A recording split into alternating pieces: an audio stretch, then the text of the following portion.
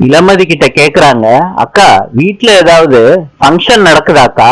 இளமதி சொல்றாங்க, கலாமா பையன் சித்தார்த்துக்கும் மினிஸ்டர் பொண்ணுக்கும் கல்யாணம். இளமதி கிட்ட கேட்டுட்டு வந்து சித்தார்த் வீட்டுக்குள்ள வர்றாங்க.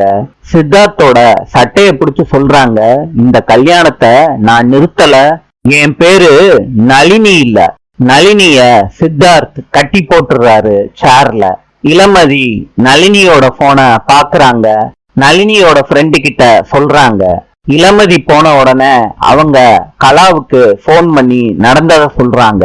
சித்தார்த்த இளமதி ஃபாலோ பண்ணிக்கிட்டு வர்றாங்க. சித்தார்த் காரை நிப்பாட்டிட்டு வீட்டுக்குள்ள போறாரு. இளமதி சித்தார்த் பின்னாடியே ஃபாலோ பண்ணிக்கிட்டு போறாங்க.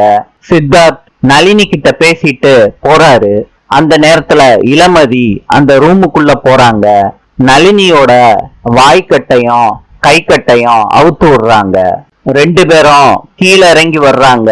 செல்போன் பார்த்துக்கிட்டு இருந்த சித்தார்த் யதார்த்தமா அவங்கள கவனிச்சிடுறாங்க. பதட்டமாயிடுறாங்க.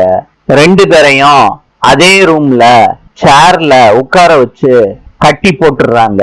பரமன் இளமதிக்காண்டி ரொம்ப நேரம் வெயிட் பண்றாரு.